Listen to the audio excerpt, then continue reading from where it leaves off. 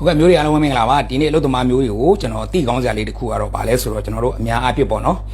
ထိုင်းနိုင်ငံမှာအလုပ်လုပ်တဲ့ဘယ်အလုပ်သမားမဆိုပေါ့နော်ထိုင်းနိုင်ငံမှာလုပ်တဲ့အထောက်ထားပဲဖြစ်ဖြစ်မြန်မာနိုင်ငံကနေပြီးတော့လာတဲ့ကျွန်တော် MOU တွေပဲဖြစ်ဖြစ်ပေါ့နော်ဘယ်အလုပ်သမားမဆိုအလုပ်ရှင်ကနေပြီးတော့ကျွန်တော်အထောက်ထားတစ်ခုကိုတင်ထားမယ်ဆိုလို့ရှိရင်တင်ပိုင်ခွင့်ရှိပါသလားဆိုတာရဲ့တကယ်တော့တင်ခဲ့စီရှိတော့ဘယ်လိုဆက်လုပ်ရမလဲဘယ်လိုလုပ်ပြီးတော့ကျွန်တော်တို့ဘယ်ဖွဲ့စည်းကိုကူညီတောင်းရမလဲဒါမှမဟုတ်ကျွန်တော်ဆက်လက်ပြီးတော့ဘာတွေလှုပ်ဆောင်ရမလဲဆိုတော့ကျွန်တော်အသေးစိတ်လူရင်းတူရင်းကိုကျွန်တော်တင်ဆက်ပေးတော့မှာဖြစ်ပါတယ်ဗျ။အဲ့တော့ထိုင်းနိုင်ငံမှာတို့ချမှတ်ထားတဲ့ဥပဒေအရဆိုရင်ပေါ့နော်အလုပ်ရှင်ကနေပြီးတော့အထောက်ထားတစ်ခုကိုတင်စီတဲ့နေရာမှာပေါ့နော်ဟုတ်ကဲ့နှစ်ချက်ရှိပါတယ်နံပါတ်1တစ်ချက်ပါလဲဆိုတော့အလုပ်ရှင်ကပြောင်းမှာကြောက်လို့တင်နာပေးတယ်ဆိုရင်အလုပ်သမားကနေပြီးတော့သဘောတူပြီးတော့တွားရောက်အနှံ့ထားတယ်ဆိုလို့ရှိရင်ပေါ့နော်ဟုတ်ကဲ့အဲ့ဒါဆိုလို့ရှိရင်အနှံ့ထားလို့ရတယ်ကိုလိုချင်တဲ့အချိန်တိုင်းကိုတွားရောက်ပြီးတော့တောင်းလို့ရတယ်ဆိုလို့ရှိရင်တော့ဒါကတော့ကျွန်တော်တို့အထောက်ထားတင်စီထားတယ်လို့တော့ပြောလို့မရအောင်ဒါပေမဲ့တင်ထားပေးတယ်လို့ပဲပြောလို့ရတာပေါ့နံပါတ်2ကတော့အလုပ်သမားတွေထွက်မပြေးသွားအောင်เนาะအလုပ်သမားတွေရဲ့ဟိုဘယ်လိုပြောမလဲလွတ်လောက်ခွင့်ကိုပေါ့နော်ပိတ်ပင်တဲ့အနေနဲ့ထွက်ပြေးသွားရင်တို့ passport မပါလို့ရှိရင်တို့သွားလို့မရဘူးဆိုတဲ့အနေထားမျိုးနဲ့မကောင်းတဲ့စိတ်တွေနဲ့အတူအတံမျိုးတွေထားမယ်ဆိုလို့ရှိရင်ဒါဥပဒေအရာဆိုလို့ရှိရင်ပေါ့နော်ပုံမှန်131အရာပေါ့နော်ဒဏ်ငွေ1000ကနေစပြီးတော့3သိန်းကြီးချမှတ်နိုင်ပါတယ်ပြီးလို့ရှိရင်ကျွန်တော်တို့ဒဏ်ငွေရောထောင်ဒဏ်ရောနှစ်ခုစလုံးကိုလည်းပဲချမှတ်နိုင်တယ်ဆိုတဲ့အကြောင်းကိုကျွန်တော်လာရောက်ပြီးတော့ဒီကနေ့ကြက်ကြက်မတ်ကျွန်တော်လှုပ်ဆောင်ဖို့အတွက်ကိုလာရောက်ဟိုအမျိုးတွေကိုလာရောက်တင်ဆက်ရခြင်းဖြစ်ပါတယ်နံပါတ်1တစ်ချက်ဟုတ်ပြီဒါဆိုရင်အလုပ်ရှင်ကနေကိုကနေပြီးတော့သူတင်ထားခိုင်းတာမဟုတ်ပဲနဲ့သူကအတင်းအဓမ္မတင်ထားတယ်ဆိုရင်ဘာလဲပုံမှန်131အရာထောက်ထားတင်စီရတဲ့အမှုနဲ့ဆိုရင်ဒဏ်ငွေ1000ကနေစပြီးတော့3သိန်းထိချမှတ်နိုင်တယ်လို့ထောင်ဒဏ်တစ်နှစ်ထိကိုလည်းပဲချမှတ်နိုင်ပါတယ်ဟုတ်ပြီနော်ဒီတော့ကျွန်တော်တို့အမျိုးတွေကဘာလို့ပြန်ကြည့်ရမလဲဆိုတော့အလုပ်ရှင်ကမတရားတင်ထားတာလားမတရားတင်ထားရင်ကျွန်တော်တို့ဘယ်လိုလုပ်ရမလဲဟုတ်ပြီနော်ဘယ်လိုလုပ်ရမလဲအဲ့တော့နံပါတ်1ကောင်းကောင်းမွန်မွန်သွားတောင်းပါ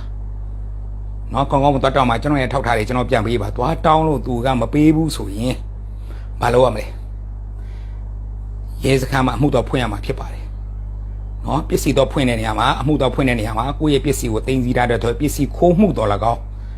းနော်ကျွန်တော်ရဲ့ဟိုဘယ်လိုပြောမလဲလွတ်လပ်မှုကိုထိန်းချုပ်တဲ့သဘောအနေနဲ့တော်၎င်းတွားရောက်တော့တိုင်ကြားလို့ရတယ်အရေးယူဖို့တိုင်ကြားတာဖြစ်တယ်နော်အဲ့တော့တွားရောက်ပြီးတော့ရဲစခန်းမိမိတို့နီးစပ်တဲ့ရဲစခန်းတွားရောက်ပြီးတော့တိုင်ကြားတဲ့အခါမှာနော်တချို့တွေကကြတော့ရဲနေရတယ်သူတို့တွေခင်နေကြတယ်လို့တချို့တွေရဲကနေပြီးတော့သူတို့ပဲပါနေမလားဆိုတော့မတင်ကြတဲ့ပုံစံမျိုးတွေရှိတော့ဒါမှမဟုတ်ကိုယ့်ရဲ့ဟိုကြောက်ကြမှုတွေပေါ့နော်ကြောက်ရွံ့မှုတွေရှိခဲ့မယ်ဆိုလို့ရှိရင်တော့အဲ့တော့ဘာလုပ်ရမလဲဆိုတော့အလုပ်သမားရေးကုညီပေးနေတဲ့အဖွဲ့အစည်းကိုကျွန်တော်တို့တွားရောက်ပြီးတော့ဆက်သွယ်မယ်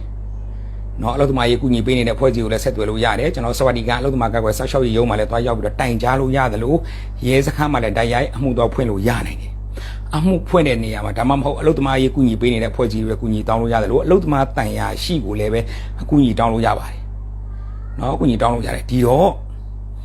လွယ်လွယ်ကူကူနဲ့ကိုတောင်းလို့ရရင်လည်းရမယ်မရဘူးဆိုရင်တော့ဆိုင်ရာနာကိုဥပဒေခုနကျွန်တော်ပြောသွားတဲ့အတိုင်းပဲစဝတီကရုံးမှာတိုင်ကြားလို့ရတယ်နော်အလုပ်သမားရေးကုညီပေးနေတဲ့ဖွဲ့စည်းကိုတိုင်ကြားလို့ရတယ်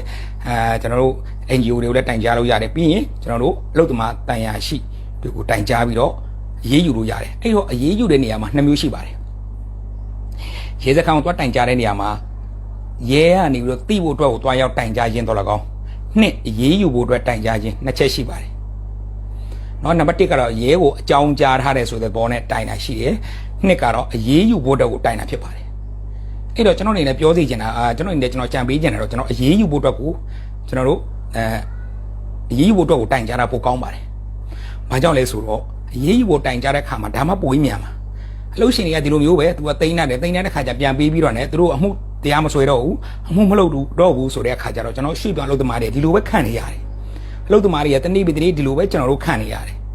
။ပြဿနာဖြစ်တဲ့ရဲတန်းကသွားတိုင်တဲ့အဖွဲ့အစည်းတွေလာလိုက်ပြီးရင်စာအုပ်တွေပြန်ပေးလိုက်ပြီးသွားတာပဲ။အလုပ်ရှင်ကဘာလို့တရားမဆွဲတာလဲ။အလုပ်ရှင်ကဘာဖြစ်လို့အရေးမယူတာလဲ။ဒါကျွန်တော်လှုပ်ဆောင်ရမှာနမူနာဖြစ်နေပေါ့ဗျာဟာလားတယောက်ဒါမျိုးနော်ဖမ်းလိုက်တယ်ဒဏ်ငွေဆောင်လိုက်တယ်ထောင်ချလိုက်တယ်ဆိုလို့ရှိရင်ကြံတဲ့လူတွေကသူတို့တယောက်နဲ့တရင်သူတို့ကြားပြီးတော့သူတို့မလုပ်ရတော့ဘူးအခုကကြတော့မဟုတ်တော့ဘူးဖြစ်လာလို့ရှိရင်ဘာဖြစ်လဲ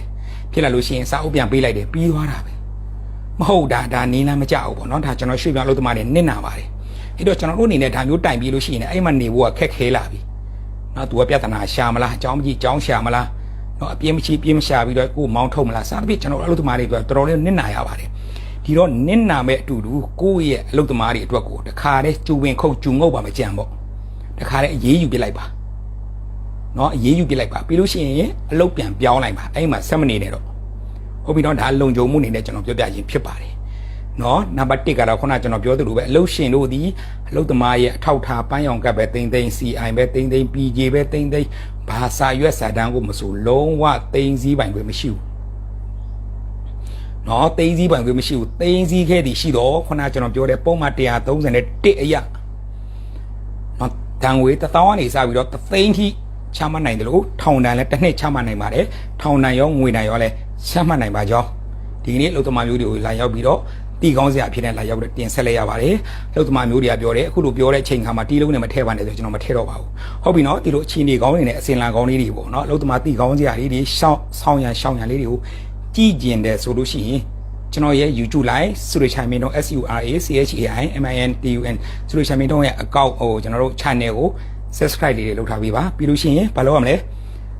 ပြီးလို့ရှိရင်ကျွန်တော်တို့ဟိုခေါင်းလောင်းလေးကိုလည်းနှိပ်ထားပေးပါနော်အမြဲတမ်းအလုပ်သမားတွေတီကောင်းစရာတွေကျွန်တော်တင်ဆက်ပေးသွားမယ်ဆိုတဲ့အကြောင်းပြောရင်းနဲ့ဒီအစီအစဉ်လေးကိုဒီလောက်နေမှာရနာပြစီအမျိုးတွေအားလုံးကြားမှချမ်းသာနေကြပါစီဗျာလူဝင်ဆန္ဒလည်းပြေဝကြပါစေလို့ဆုမွန်ကောင်းတောင်းရင်းနဲ့ဒီအစီအစဉ်လေးဒီလောက်နေနာပြစီအားလုံးပဲမင်္ဂလာပါခင်ဗျာ